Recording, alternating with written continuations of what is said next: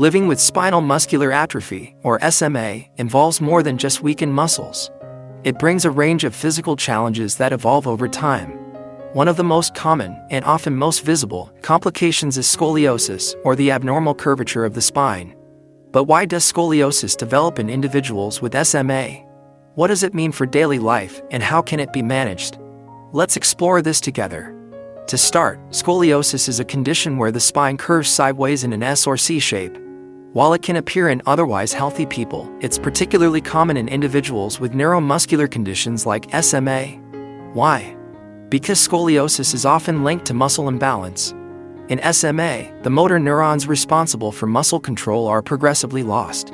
As these neurons die off, the muscles they control begin to weaken and atrophy. This weakness isn't evenly distributed, which means certain muscle groups are stronger or tighter than others. In people with SMA, muscles that help keep the spine aligned, like the back, core, and neck muscles, are especially affected. Without adequate support, the spine becomes vulnerable to shifting and curving. Over time, gravity and muscle imbalance contribute to the development of scoliosis. The earlier SMA begins, the more likely scoliosis is to occur.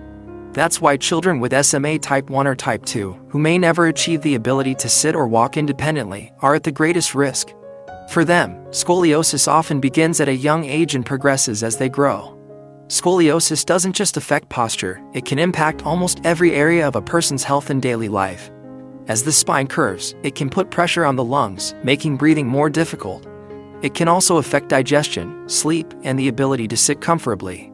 For individuals already facing respiratory muscle weakness from SMA, this added challenge can make breathing even harder. So, how is scoliosis diagnosed in someone with SMA? Regular monitoring is key. Orthopedic specialists often use X-rays and physical exams to track the spine's curvature over time. Early detection is critical because once scoliosis becomes severe, it can be much harder to manage. There are several ways scoliosis is managed in people with SMA, depending on the severity and progression of the curve. Mild cases may only require regular monitoring and physical therapy to maintain flexibility and core strength. These exercises won't stop scoliosis, but they can help prevent stiffness and improve comfort. Moderate cases often involve braces. These are specially designed to support the torso and help guide the spine's growth during childhood or adolescence. While bracing doesn't reverse scoliosis, it can slow down its progression. Severe cases, especially when the curve begins to interfere with breathing or sitting, may require surgery, such as spinal fusion. This involves inserting rods or other hardware to stabilize the spine and prevent further curvature. For many with SMA, wheelchairs and seating systems play a major role in spinal support. Customized chairs with adjustable backrests, lateral supports, and positioning features help maintain alignment and reduce fatigue. Posture isn't just about comfort, it's about function and quality of life.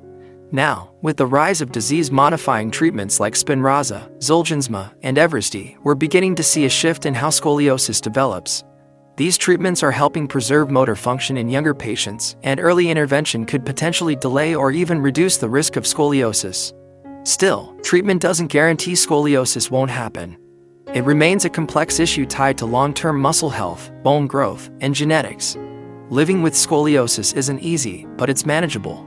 Many individuals with SMA go on to live full, active lives, even with severe spinal curvature or surgical intervention. The key is access to the right care, early monitoring, adaptive seating, and a care team that understands the interplay between SMA and spinal health. And while scoliosis is a visible symptom, it doesn't define the strength, resilience, or spirit of the person living with SMA. So, why do individuals with SMA commonly develop scoliosis? Because SMA causes muscle weakness that makes it hard to keep the spine supported. As the imbalance grows, so does the curvature.